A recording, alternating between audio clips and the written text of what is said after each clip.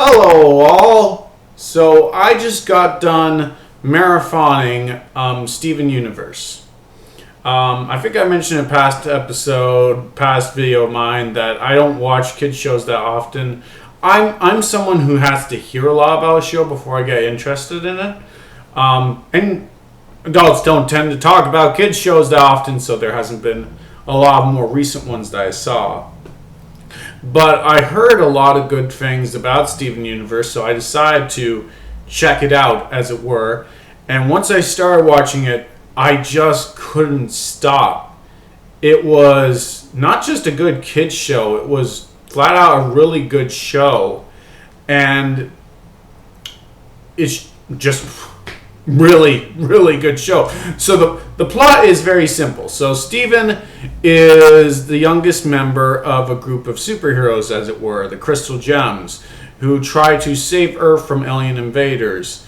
And Steven is the son of Rose, which was the main leader of the superheroes who ended up passing away. And it's pretty much stated that it was during Steven's childbirth. Big crummy on him. The other Crystal Gems are all alien beings. Steven's the only one that's like a crossbreed. He's part gem alien, part human, and as such he has powers, but they're not as strong as the other gems, and he's still learning how to control and use them. So often he's this hopeless third wheel that can't really pull his weight. But as the show goes on, he figures out his powers and he gets to learn what he's good at. And it's kind of like a growing coming-of-age story. And that's the basic plot. And there's two things to really like about the show, I found. Thing number one is the mythology. This show drops you right mid in the plot. It drops you well after the beginning, and you're right middle, and then it doesn't bother to explain a thing. So you kind of just figure out the plot as the show goes. And as it goes, it just keeps giving you a little more crumbs on what's actually going on. So you don't really figure out that the gems are aliens until at least 20 or 30 episodes in. And then you figure it out. And you kind of figure it out on your own. The show doesn't tell you. You just kind of put the pieces together. This has led to a lot of fan theories. Since the show doesn't tell you anything, it really encourages you to fill in the blanks, and as such, it's a great show for your theorizing and making up junk and letting your mind go wild. It's also interesting that it has so much faith in the viewer, because it's a kids show, Usually kids shows like to spell things out. This show, no. It just drops you all the hints and hopes that you're smart enough, to follow along. Another thing that is really good about the show, besides that great mythology that lets your mind get creative and lets you think of different theories of what's actually going on, is the statements that makes. Now, it's nothing new that a kid's show tries to teach good morals or tries to give kids good lessons, like that My Little Pony Friendship is Magic pretty much does the same thing. Actually, it's rather interesting because that show's all about its ongoing theme and good lessons for kids is feminism is awesome, but for some odd reason, a lot of the fan base doesn't seem to agree with that, or at least some of the fan base really doesn't seem to agree with that, which is kind of odd. You shouldn't really like a show you don't actually agree with on a moral level. But anyways, moving that aside, yes, kids shows teaching kids valuable lessons is nothing new, but Steven Universe approaches this in a very different way. And how it approaches it is, it says this is an adult show that deals with adult themes from a kid's perspective. So, yes, it tells it as is it's telling a kid's story, but they're all very adult things that you wouldn't normally see a kid's show tackle, but it tackles it anyways. And that's one of the things that makes it so admirable and smart. For example, there is not one, not two, not three, but 4 characters who are openly queer. There's Pearl, which obviously loves Rose to no end and is forever sad that Rose had to pass away. Actually, I really liked that relationship, and I wish there was more flashback episodes, you know, bringing that more forward, but it's stated pretty blatantly a couple times. There's Garnet, who is actually a combination of two characters. Yeah, the gems can actually fuse together and become other characters. So Garnet is a combination of Ruby and Sapphire, I do believe their names are. They haven't been introduced a whole lot, but they've had some significant episodes.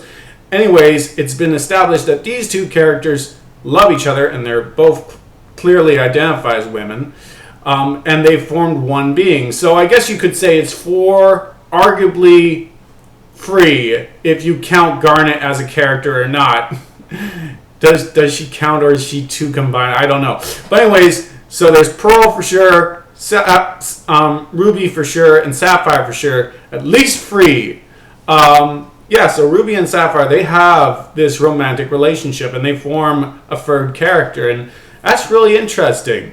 Different, but really interesting.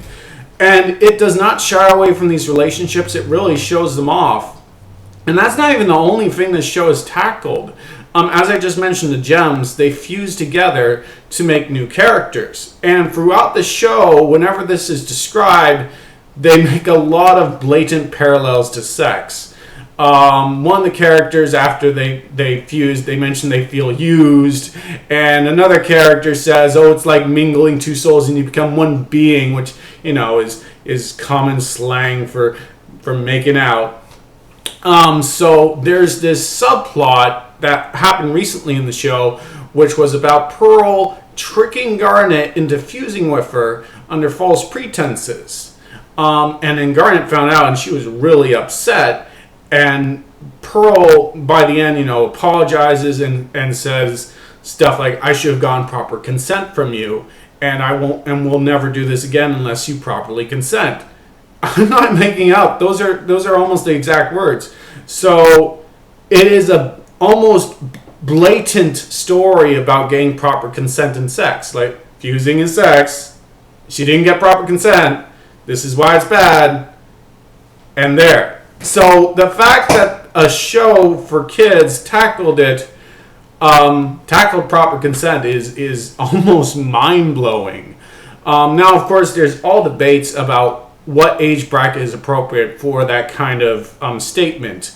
And given how Steven Universe is made, I would say the age bracket of the show is somewhere between 8 to 13. So young tweens, as it were. And I think that might be appropriate age in a couple of cases. You know, that's typically, 12, 13. That's right about when sex ed should start for a lot of kids. So I think that's definitely appropriate.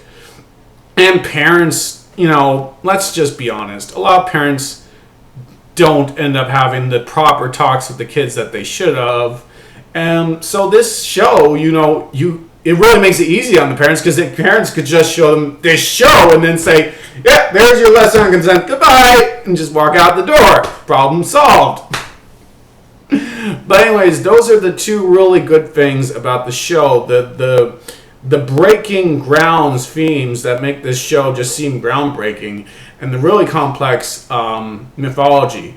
Another good thing about this show is a lot of the episodes are filler, but each episode has a little bit of canon and adds a little bit more to the mythology. So you could watch this show every once in a while and not feel lost, You don't have to marathon it, but at the same time, every time you watch an episode, you feel like you get further into the mythology and you get new plot points, and that's cool. So it's kind of the best of both worlds. A lot of shows these days you have to marathon, and they have very heavy plots. And I find it very hard to get into shows these days because I have to watch every single episode to be able to follow what's going on. This show, you can go at your own pace because there is a lot of filler, but then again, each filler episode adds a little bit to the plot, so you still get a big, overbearing plot. And not too many shows even attempt to do that, so that's really cool too. And of course, I love the characters. Steven's my favorite, Pearl's my second favorite. All the other ones are kind of tied. But if you haven't seen it yet, you gotta watch it. And that's all I gotta say. It's a phenomenal show. phenomenal. I heard so much hype for the My Little Pony Friendship is Magic. I heard so much hype that was so good. So I sat down and I watched it. And it was good. Don't get me wrong. It's a very good show. But when I was done, I said to myself, this was a very good show, but was about as good as every kid's show I remember from when I was a kid. Like Are You Afraid of the Dark or Goosebumps or Gargoyles. It's about on par. And I'm like, this is about on par. So why did it get so much on hype? Like it's no better than any other of the great kids shows. So why did this get all the hype? Well, I can honestly say that Steven Universe should have been the one to get all that hype because it actually is groundbreaking. It actually is an amazing show. It actually is phenomenal. And anyone who hasn't seen it should see it. It is honestly in my top 10 list now of favorite shows. Maybe probably top 5 list. I'd probably give it 5. My one and only complaint is I do not think 11 minutes per episode is long enough. There was a couple of episodes that significantly felt shortchanged because of the running time. It should be a half an hour per episode. Maybe even an hour. That would be really groundbreaking for a kid show. But that might be hoping for a bit too much. But anyways, it's a phenomenal show. I give it a solid 10 out of 10. And if you haven't seen it, you gotta see it. It is a great show, especially if you want something that takes superheroes in completely different direction that you've never seen before. And trust me, you will never see again. So I just had to post this video because I saw it and it was an awesome show and I had to tell you all about it. So hopefully you check it out and hopefully you like it. And if you've already seen it, tell me your thoughts.